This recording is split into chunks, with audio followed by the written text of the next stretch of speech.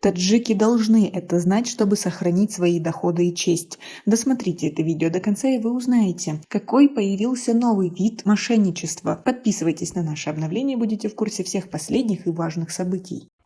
Комитет национальной безопасности предупреждает, в последнее время интернет-мошенники разошлись не на шутку. Жалоб на них становится все больше. Современные технологии призваны облегчить жизнь современного человека, но порой могут нести скрытую угрозу. Активное распространение интернета, а также улучшение скорости передачи данных, что немаловажно в период пандемии, способствовали использованию видеозвонков в различных мессенджерах. Мошенники придумали сложную для реализации схему для получения денежных средств жертвы. Причем ловушек в сети расставлено самых разных, от продления регистрации доменного имени до предложения заработка подросткам.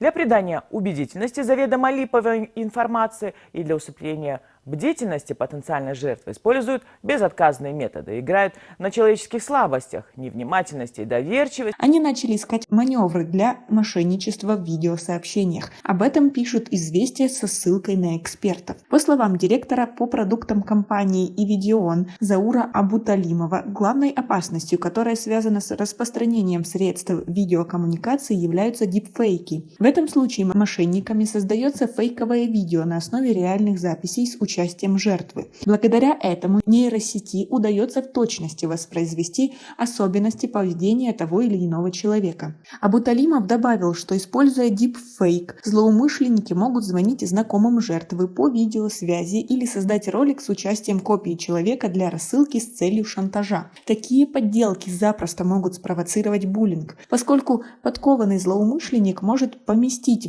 людей в нелепые, опасные или компрометирующие псевдосценарии, сказал эксперт. А как вам такое развитие интернета и мошенничества параллельно? Свои ответы напишите нам, пожалуйста, в комментарии. Ну а в Таджикистане пока процветают старые добрые виды мошенничества. Житель города Душанбе подозревается в мошенничестве в крупном размере.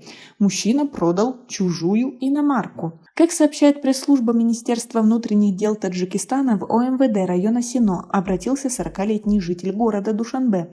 Мужчина заявил, что в октябре 2021 года 42-летний житель столицы, войдя в доверие, продал ему автомашину марки Mercedes-Benz за 47,5 тысяч сомани, принадлежащие другому человеку, и использовал эти деньги для личной выгоды. По факту ведется следствие, отмечается в сообщении. Самое плохое, что очень много таджиков ведется на такие покупки, не оформляя до конца и правильно документы, что и приводит к таким ситуациям. А как вы к этому относитесь? Свои ответы напишите нам, пожалуйста, в комментарии. У нас пока на этом все. Оцените наше видео подпиской и лайком. До скорой встречи!